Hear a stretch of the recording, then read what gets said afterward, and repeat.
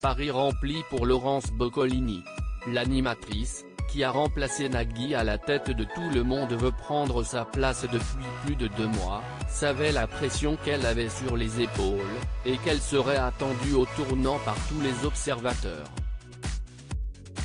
Mais d'après Stéphane Citebon-Gomez, le numéro 2 de France Télévisions, elle a brillamment réussi l'exercice, comme il l'a confié dans les colonnes du Parisien ce dimanche 10 octobre. Succéder à Nagui après 15 ans, c'était un vrai défi, a-t-il commencé par expliquer, avant d'ajouter, Laurence Boccolini, c'était vraiment le bon choix. Elle a réussi à imprimer sa marque.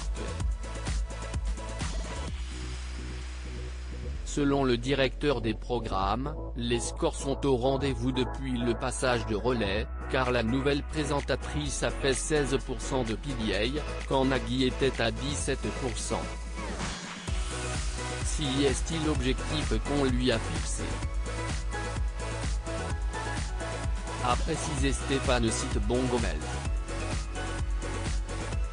Laurence Boccolini, je ne me préoccupe pas de ce qu'on dit de moi. Une belle récompense pour Laurence Boccolini, qui savait que remplacer une figure emblématique comme Nagui ne serait pas une mince affaire.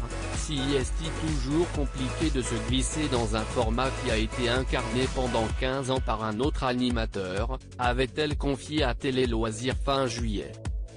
Mais un défi qui ne semblait pas effrayer l'ancienne présentatrice du maillon faible. Des gens trouveront que je suis moins bonne que Nagui, d'autres m'apprécieront.